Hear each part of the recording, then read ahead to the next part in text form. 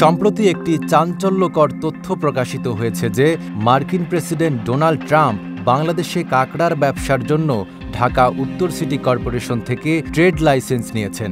একই সঙ্গে প্রযুক্তি দুনিয়ার দুই শীর্ষ ব্যক্তি ইলন মাস্ক ও মার্ক জাকারবার্গও ঢাকায় ব্যবসার অনুমতি পেয়েছেন বলে সামাজিক যোগাযোগ মাধ্যমে খবর ছড়িয়ে পড়েছে।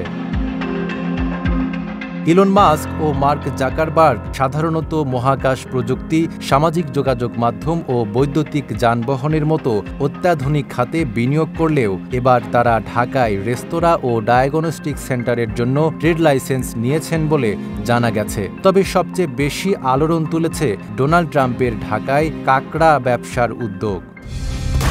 কালার এক্সপার্ট, জর্জ স্যাপ এবং মাইল্ড অন হ্যান্ডস টেকনোলজি সমৃদ্ধ অরিক্স ক্রিস্টাল ওয়াশ আপনার লন্ড্রি এক্সপার্ট।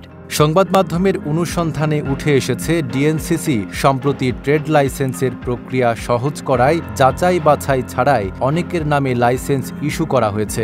এর ফলে ভুয়া পরিচয়পত্র ও ঠিকানা ব্যবহার করে কেউ কেউ লাইসেন্স সংগ্রহ করেছেন। উদাহরণ হিসেবে ট্রাম্পের নাম ইস্যু হওয়া একটি লাইসেন্সে আপাতত নগরের একটি ঠিকানা দেয়া হলেও বাড়ি ভাড়ার চুক্তিপত্রে তেজগাঁও এলাকার নাম উল্লেখ ছিল। আরও উদ্বেগজনক বিষয় হল তার পরিচয়পত্র, ফোন নম্বর এবং পাসপোর্ট একটি চীনা নাগরিকের নামে নিবন্ধিত। ঢাকা উত্তর সিটি কর্পোরেশনের প্রশাসক মোহাম্মদ এজাজ জানিয়েছেন, নাগরিকদের সেবা সহজ করতেই ট্রেড লাইসেন্স প্রক্রিয়া সহজ করা হয়েছে। তবে নগর পরিকল্পনাবিদ আদিল মোহাম্মদ খান সতর্ক করে বলেছেন, যাচাই বাছাই ছাড়া লাইসেন্স দেয়া হলে নগর ব্যবস্থাপনায় বিশৃঙ্খলা তৈরি হতে পারে। নাইম আরাবী, ঢাকা পোস্ট।